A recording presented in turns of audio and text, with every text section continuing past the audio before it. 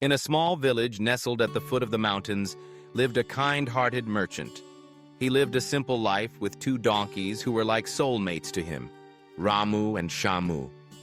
Every single day, he would load their backs with salt, rice, and herbs and journey across the rugged hills to deliver goods to the village beyond. They were a team of three, inseparable. But that morning, the wind felt softer, the sunlight dimmer. Ramu, the cheerful donkey, couldn't stand steady. His eyes grew blurry, his breath short, and his legs trembled uncontrollably. But he couldn't speak. He simply bowed his head and endured. The merchant, noticing nothing unusual, placed the heavy sacks on both donkeys as usual and set off in a hurry. The slope that day was more slippery, the rocks sharper, and the road seemed endless. Ramu struggled to move forward, sweat soaked his fur, and his head drooped low.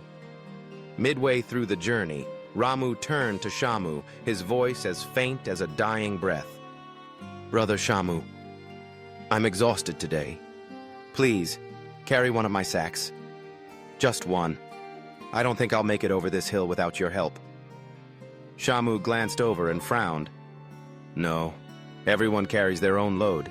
I don't have the strength to take on someone else's burden. Worry about yourself." Ramu stayed silent. He didn't cry. He didn't blame. He just kept walking, as if counting the last beats of his heart.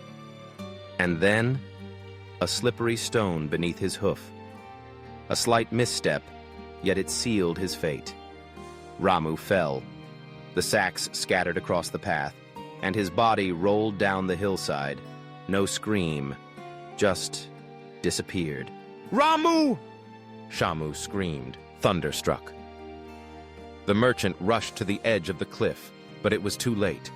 Ramu was gone. A silence heavier than any weight filled the air. Shamu stood frozen, as if the entire world had collapsed inside him.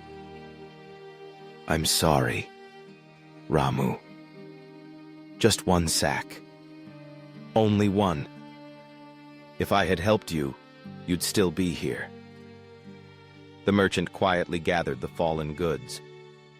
But now, every sack, including Ramu's, was placed on Shamu's back. From that moment on, every step Shamu took was no longer weighed down by goods, but by guilt. One refusal, one selfish moment, and a dear friend lost forever.